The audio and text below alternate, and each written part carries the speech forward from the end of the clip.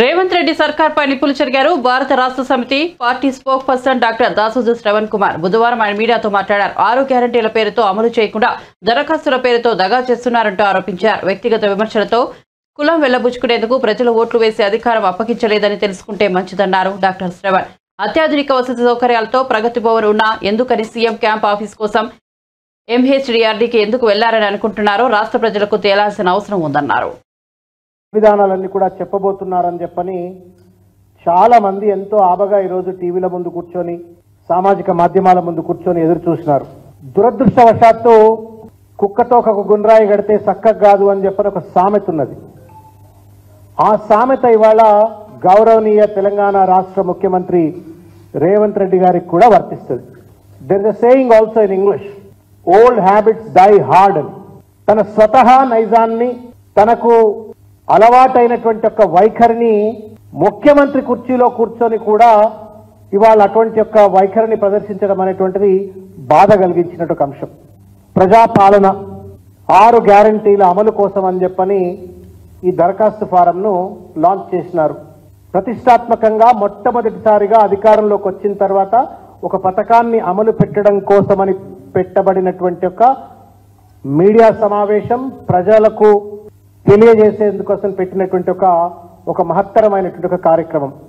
అటువంటి ఒక కార్యక్రమంలో ముఖ్యమంత్రి హోదాలో ఉన్నటువంటి ఒక వ్యక్తి ఎంతో గౌరవప్రదంగా, ఎంతో పద్ధతిగా వ్యవహరించవలసింది పోయి సచివాలయం ఏదో రాజకీయ పార్టీ కార్యాలయం అన్నట్టుగా ఇష్టం వచ్చినట్టుగా మళ్ళా కూడా రాజకీయానికి వేదికగా కేసీఆర్ గారి పైన, కేటీఆర్ గారి పైన, హరీష్ రావు గారి పైన, గత ప్రభుత్వం పైన దుమ్మెత్తి పోసేటువంటి ఒక దుర్మార్గమైనటువంటి ఒక రీతిలో మాట్లాడినారు.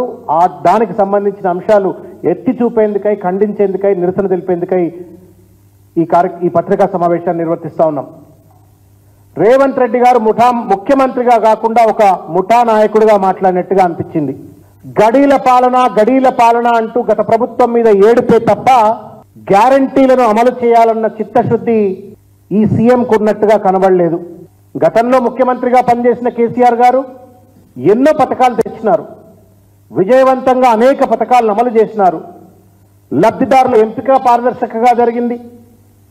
కానీ ఇవాళ ప్రజాపాలన పేరు మీద కొత్తగా దరఖాస్తులు చేయాలని చెప్పని ప్రజల నుండి కోరడం ఏదైతే ఉందో ఇది కేవలం టైం పాస్ కోసం మాత్రమే. మన తెలంగాణలో తెలుగులో సామెత ఉన్నది, రెడ్డొచ్చే ఆట మొదలయ్యని చెప్పని.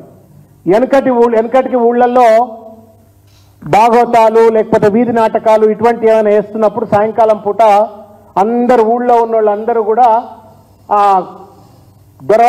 రెడ్డి దొరవారి ఇంటి ముందు అందరూ కూర్చొని ఉంటుండే, పటేల్ పట్వారి ఇంటికాడ. ప్రజలందరూ వచ్చిన టైంకి ఆయన రాడు, భాగవతం స్టార్ట్ అవుతుంది.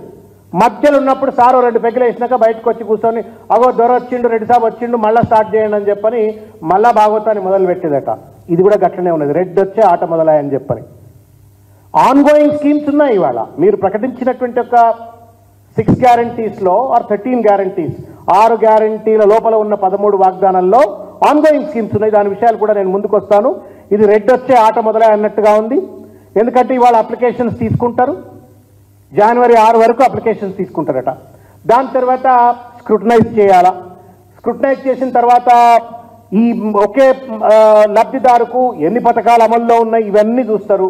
చూసిన తర్వాత రేషన్ కార్డులు ఉన్నది ఎవరికి, రేషన్ కార్డు లేనిది ఎవరికి, మొత్తానికి పార్లమెంట్ ఎన్నికల కోడ్ వచ్చేంత వరకు దీన్ని తాత్సారం చేసి ఇక చూసిన పార్లమెంట్ ఎన్నికలు వచ్చేస్తున్నాయి కాబట్టి మోడల్ కోడ్ ఆఫ్ కండక్ట్ అమల్లో ఉంది కాబట్టి పార్లమెంట్ ఎన్నికలు అయిపోయే వరకు కూడా తాత్సారం చేస్తారా అని చెప్పని అనుమానం కలుగుతుంది. ముఖ్యమంత్రి గారు దయచేసి మీరు మా యొక్క అనుమానాన్ని నివృత్తి